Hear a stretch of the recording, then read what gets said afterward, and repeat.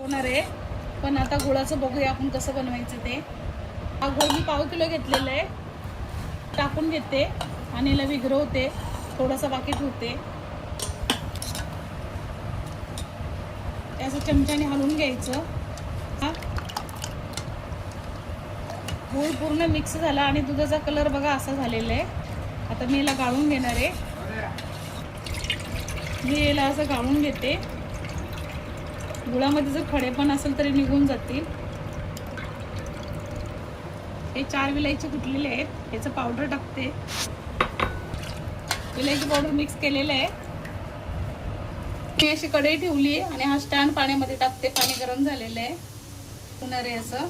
त्याच्यावरती झाकून ठेवते. अर्धा तास लागेल याला बनायला. असं झाकण ठेवून देते. अर्ध्या तासामध्ये बघू आपण. झालेलं आहे. मी जरा याला गार करायला ठेवलं होतं. किती मस्त झालेलं आहे बघा. असं बनवून बघा तुम्ही. आणि हे दूध म्हणजे खरवसाचं दूध आहे. हे बघा किती मस्त झालेलं आहे बघा. असं बनवून बघा. असं बनवून बघा. जमलं तर तुमच्याकडे दूध भेटत असेल तसं नक्की करून बघा.